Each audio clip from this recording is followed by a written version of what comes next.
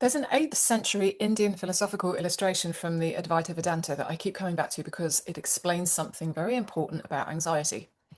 So imagine a person is walking in some dim light and sees a snake on the path ahead. And immediately his heart starts pounding and his palms are sweating and thoughts start spiraling towards, a catastrophe. And all of the physiological hallmarks of real danger are present in his experience. And then he looks more carefully and realizes it's a rope, just a rope lying on the ground. And the moment he sees that clearly, his anxious experience dissolves.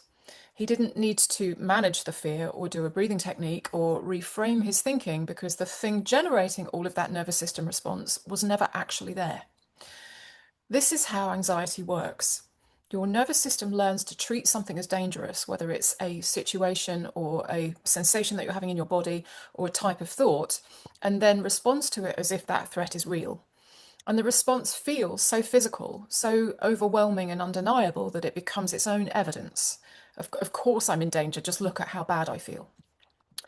But knowing it's a rope doesn't always free you from the response. And this is where most anxiety approaches miss something that's quite key. You can understand intellectually that your fear is irrational and still feel absolutely compelled by it at times.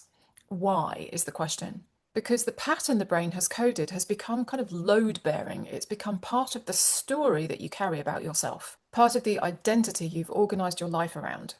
And so insight alone doesn't always dissolve something that's like doing that much structural load bearing work.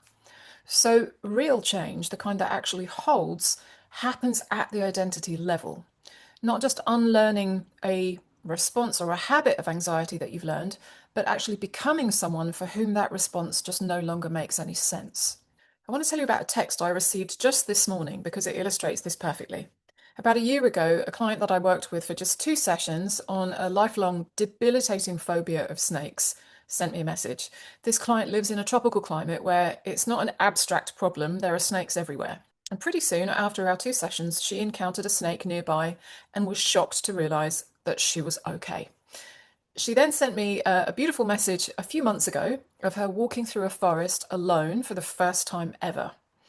Up until we worked together, this would not have been possible due to her fear. But she had become someone who could venture out freely into nature.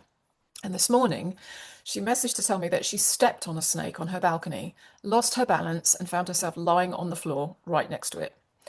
It didn't bite her, it just left. Snakes are way more afraid of us. They're going to leave as fast as they can. Oh, and while she didn't love the experience, she was fundamentally okay. And what really matters is that she discovered she could survive it, and not only that, be able to tolerate some nervous system activation.